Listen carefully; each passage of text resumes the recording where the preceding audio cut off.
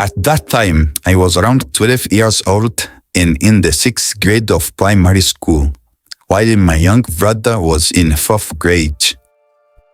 It was in the morning around 6 a.m. when my brother and I left for school. Our father Joseph has been away for a week on work duties.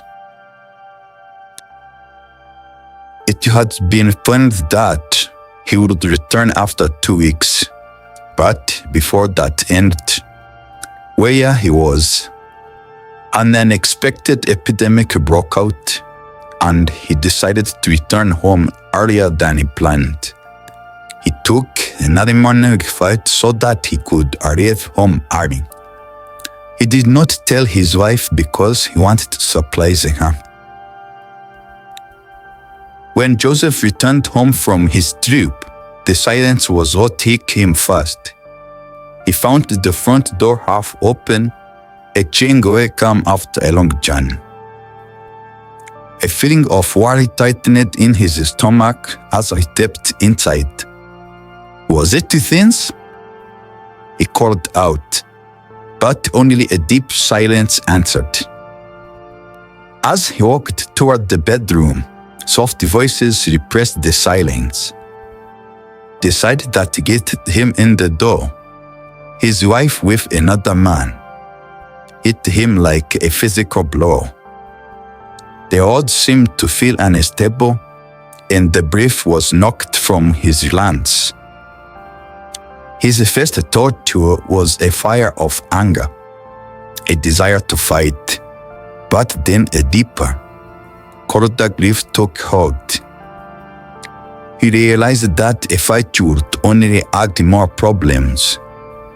He had to stay calm, to think clearly, for the sake of his children. He calmed down and called neighbors and locals to discuss the issue, and they agreed to divorce. My brother and I came back from school to find that our parents had already separated. It was agreed that the house and children would stay with our mother, while our father went out to find another life. My mother was a very useful and social woman, especially with men. She didn't like hard work and wanted an easy life, which led her to desire what belonged to others. My brother and I continued living with her, but as time passed, her habit became worse. She started bringing more than one man into the house, and they would even spend the night. We lived off the money from those immoral acts. I continued my studying through secondary school, but only as a day student because my mother refused to send me to boarding school away from home. The more I grew, the more useful I became. A taller girl with a figure that made it hard for anyone to believe I was still young. I was calm, spoke little, and I was very shy. I knew how to respect everyone, especially elders, to the point that it was hard for me to refuse another person anything. One day, I returned from school around 12:30 p.m. to collect a forgotten exercise book. The afternoon sun was high, and I rushed home. The house seemed different, filled with loud laughter of a stranger and the heavy bad smell of alcohol. My heart fell as I saw them. My mother remained on the couch with a man I didn't know, both of them blank, hurt and drunk. Cold wave of fear and sadness washed over me. I stood frozen in the door, wondering if this nightmare would ever end. Then the man named John stood up and walked toward me, his arms outstretched in a disgustingly familiar gesture. "Stella, my beautiful girl, come and hug me," he said softly. In that moment, my fear turned to a burning anger. I shot him away with all my strength. I ran into a bedroom, locking the door and trying to block out my mother's blanket, knocking it out from the other room. It was a song that celebrated her daughter's fear. Meanwhile, John returned seat and begged my mother to do everything possible to get him closer to me. "At whatever cost it takes, I want you to bring me closer to your daughter," he said, adding, "She's so beautiful that I can't resist touching her." My mother, already deeply corrupted, laughed as if happy with what he said.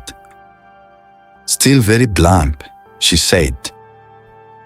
"Give me 1 million and I will make a deal for you," she argued.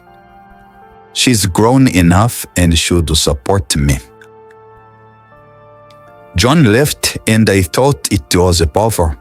But the next morning, my mother woke me up and told me not to go to school because she had a headache and wanted me to stay and help her to take medicine.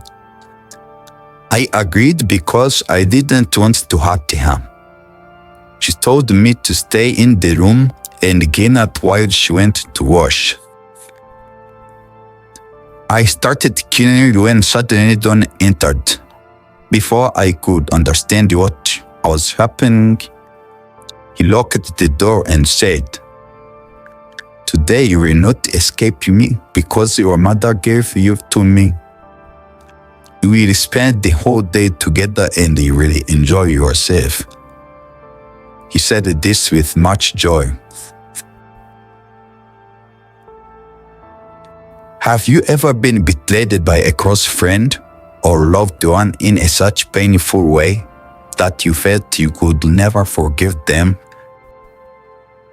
What would you have done? I had no way out.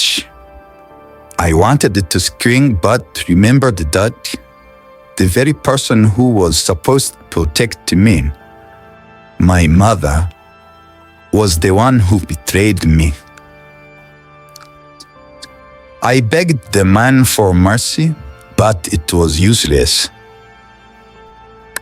That day became the beginning of my life.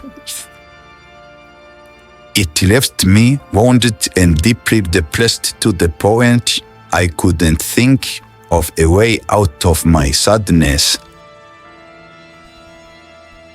The next day, my mother came to me asking for forgiveness, promising never to repeat it and blaming her to us the cause. But she was lying, just to avoid being reported to authorities and getting arrested. I returned to school thinking it was over, but that evening, I was shocked to find another man at home. Once again, the same thing happened.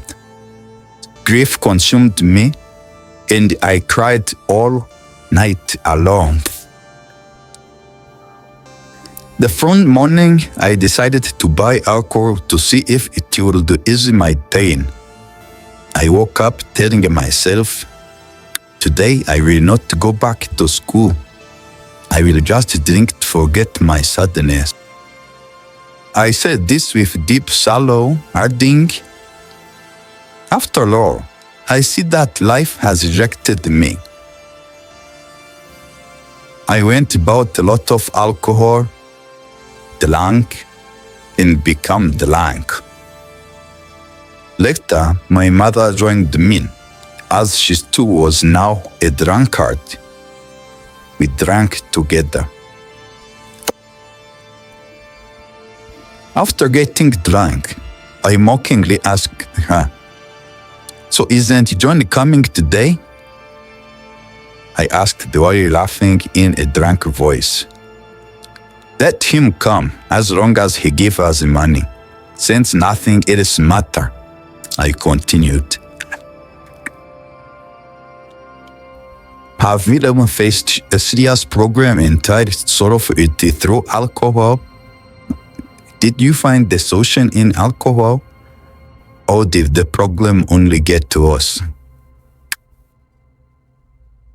I continued in that lifestyle until I dropped out of school in senior 5. I had been very intelligent, spoke many languages, and I was beautiful with a good figure that made any man desire me. This may be hard for any man who saw me to resist or control himself. I lived that life for a long time, moving from one place to another, one city to another, earning a lot of money but never finding happiness. Eventually, I left my mother's home and I went to live in the city, as I no longer felt comfortable at home. But in everything I did, I would leave home in the morning and first pray, saying, "Even though I have a dirty heart, I asked you God to be with me today, and I'm ready to return to you."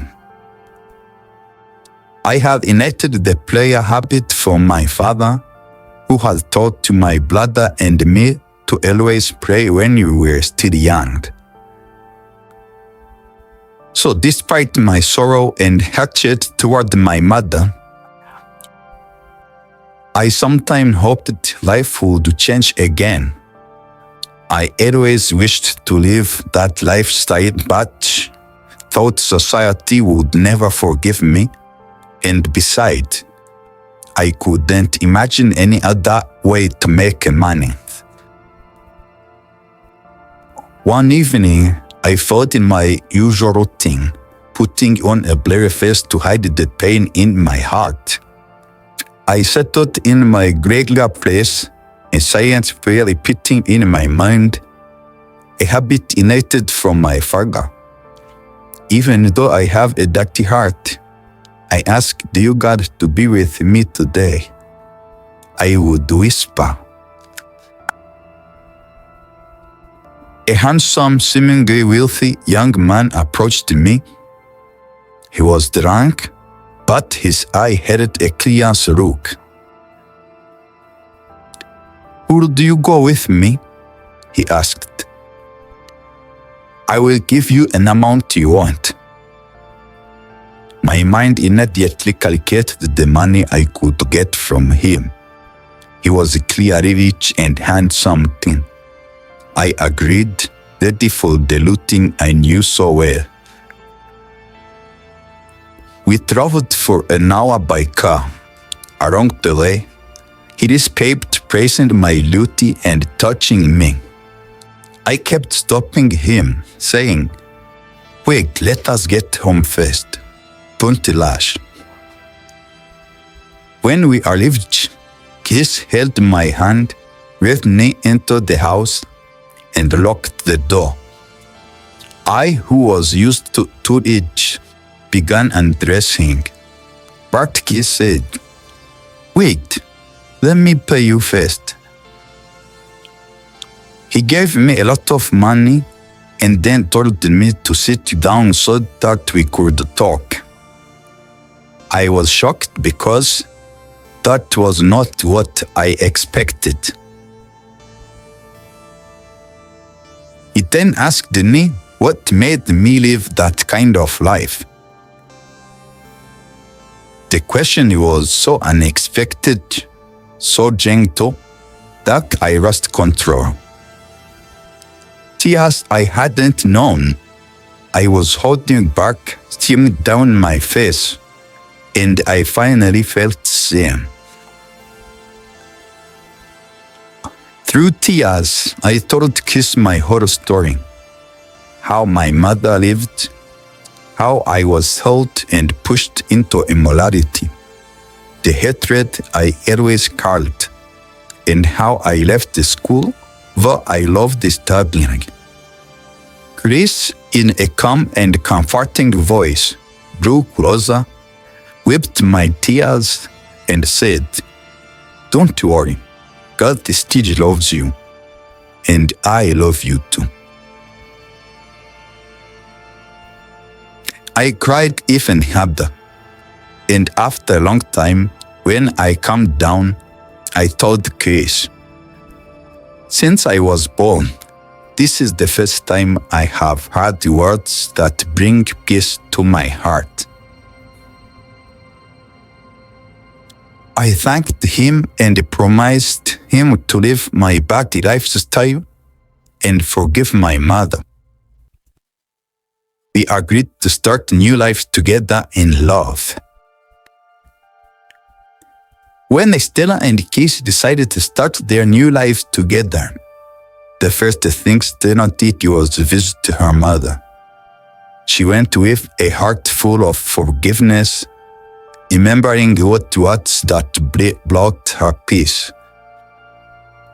Her mother, who had fallen even deeper into her destructive habit, was shocked to see Stella. The girl she had betrayed and disowned was standing before her, not with anger, but with love. Stella told her about Chris and their new life, and her mother broke down, crying and begging for forgiveness.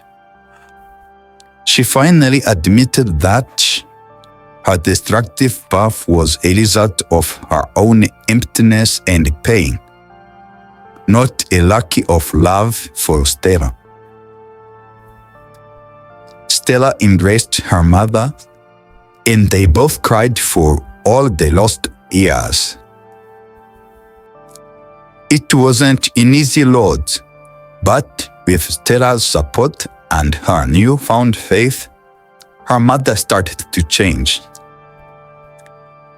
She stopped drinking and began to seek help.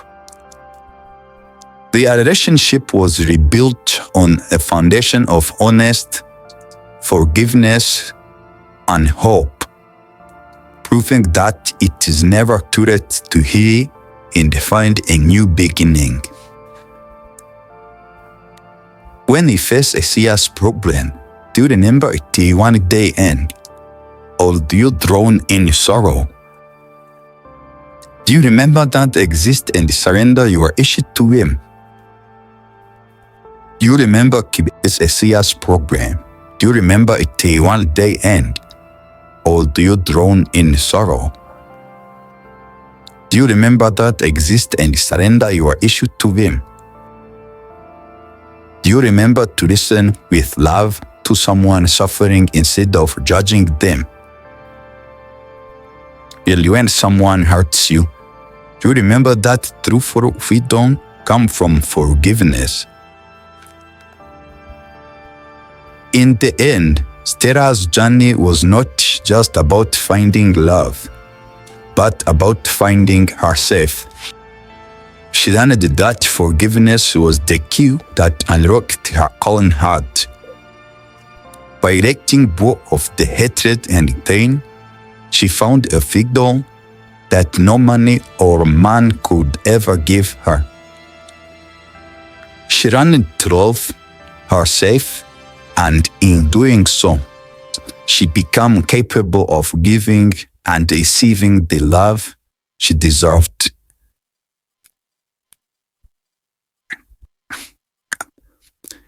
If you learn something from this story, don't hesitate to share it with others.